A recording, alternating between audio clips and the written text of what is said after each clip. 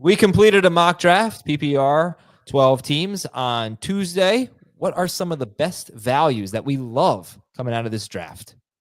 We welcome you to FFT Express, Adam Azer and Jimmy Eisenberg. I'm just going to start with Christian McCaffrey at 15 overall, third pick of round 2. I think a total steal. What did you think about that? Yeah, it was a good pick. We talked about this on the full-length episode. Thomas Schaefer drafted him, and he took Nico Collins in the first round. And the way that we kind of talked it out was, did you consider McCaffrey or Henry, who went after Nico Collins, with the idea of also seeing still Malik Neighbors and Brian Thomas Jr. on the board? So that was kind of the back end of round 1, beginning of round 2. So it went Nico Collins, Amon-Ra St. Brown, Derrick Henry. I forget the first pick, Brian Thomas Jr., Malik Neighbors, Christian McCaffrey. So Thomas said he was actually hoping to get one of the receivers and go receiver, but he couldn't pass on McCaffrey when he got there. So I think this is kind of the range where McCaffrey will end up. We talked about this, that if he has a full offseason of just glowing reports, he's back to himself. Hopefully he's going to be good to go. And I thought Thomas brought up something interesting. He said he kind of looked at what Robert Turbin, who has been on our programs before, he was on our weekly show on CBS Sports Network, and he was very adamant about buying into still talented running backs even as they're getting older. So he was very high on Saquon Barkley. He was very high on Derrick Henry. And so Thomas also drafted Alvin Kamara in round 4, and that was kind of his philosophy. But I think if McCaffrey's healthy, you'll see him in the back end of round 2. I don't think he creeps into the top 5. I don't think he's even in the top 10. I think kind of like, I shouldn't say, probably like as soon as 8th overall is where we'll see maybe McCaffrey come off the board. That's exactly where I have him. I'm looking at my top 12 overall rankings. Nico Collins, I have 5th, and Christian McCaffrey, I have 8th, and Schaefer got them 10th and 15th. So that's pretty awesome there. But yeah, I knew I would be the high guy on McCaffrey. So I was just a little surprised to see him get into the second round. But that's one pick that stood out to me. How about you? I was looking more at the later picks. Yeah. So we talked a little bit about Juwan Jennings on our players that we love. I like Ricky Pearsall, round 9. Just the idea of the one game where he flashed last season, significantly flashed. I think it was week 14 or 15 in that range.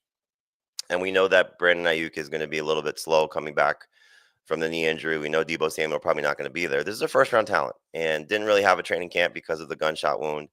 Who knows at what point he was finally back to himself. But in the role that he's expected to have, which could be as a starting receiver, really excited about that. So to get him round 8 or later is somebody I'm going to be very excited about. All right, we can just kind of take turns here. I like, I don't love it, but I do really, I'd say like a lot. Aaron Jones in a full PPR league, first pick of round 6. So that is 61st overall. And I definitely think people are going to be scared of his age as he's 30 years old. But again, we'll see what happens in the offseason. There's not really competition here. I mean, this is their guy. He had a lot of catches last year. He had 51 catches in 17 games, but he ended the season with 5, 5, and 6 targets in his last 3 games as they sort of reduced his carries a little bit. He made up for it with some catches. So look, he's coming off a solid season. It wasn't amazing, but I think that's a good player to get in round 6 because he's still the starting running back on what should be a good offense because they kind of always have a good offense. And then after, he went after Travis Etienne. I would absolutely rather have Aaron Jones and Travis Etienne. And then after that, Dobbins, Tyrone Tracy Jr., James Conner, DeAndre Swift, Tony Pollard. I'm very comfortable with Jones in that range. I know. I wonder if you feel the same way. I probably won't be drafting Aaron Jones. I'd be very surprised if they don't add competition, for a guy that is his age and gave them a lot last year. But it felt like he was kind of struggling a little bit down the stretch, and so this is a spot I think that they can, sort of upgrade their offense a little bit, now that they got in their offensive line, assuming Darrisaw's right. We'll see what they do at quarterback, but receiving core is in place. You got TJ Hawkinson back. It feels like the backfield needs to be a little bit more electric. All right, let's get some more good values from Jamie after this break on FFT Express. Who else stood out to you? I'll give you 2 guys from the same team, the Browns. I like Jerry Jeudy in round 7 and David Njoku in round 8. So just looking at how these guys perform when Deshaun Watson's not there, we don't expect Watson to play, if at all, in 2025. And we've seen it from Njoku now for 2 seasons, end of 2023 into 2024. Jeudy had a breakout season in 2024.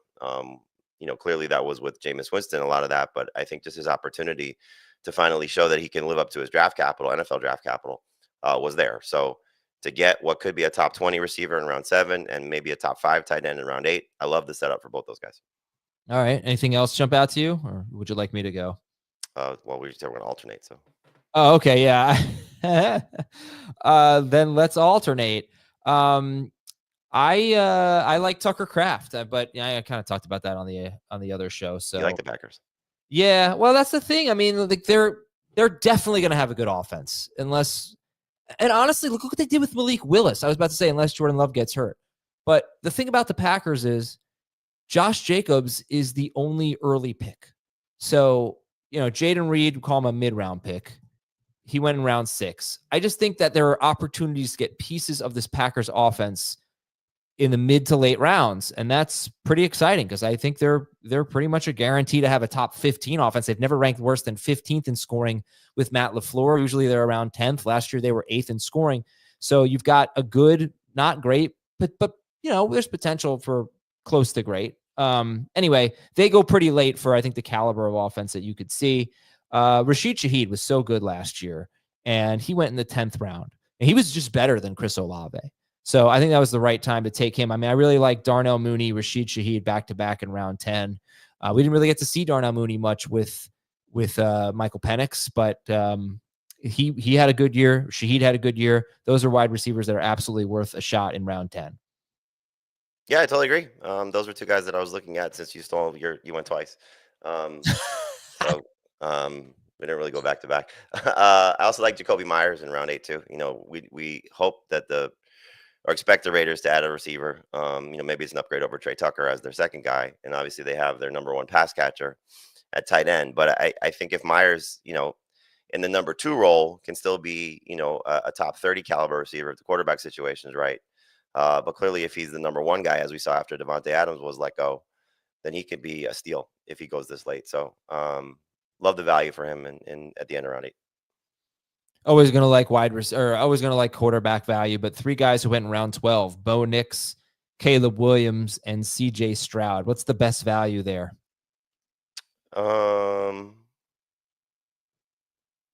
Probably Nix. He was the first pick of round 12, then Caleb Williams 5 picks later. No, I might go Caleb, because if Caleb hits, he's going to be better than Nix. What about Dave taking 3 quarterbacks in this draft? Oh, he did? Yeah.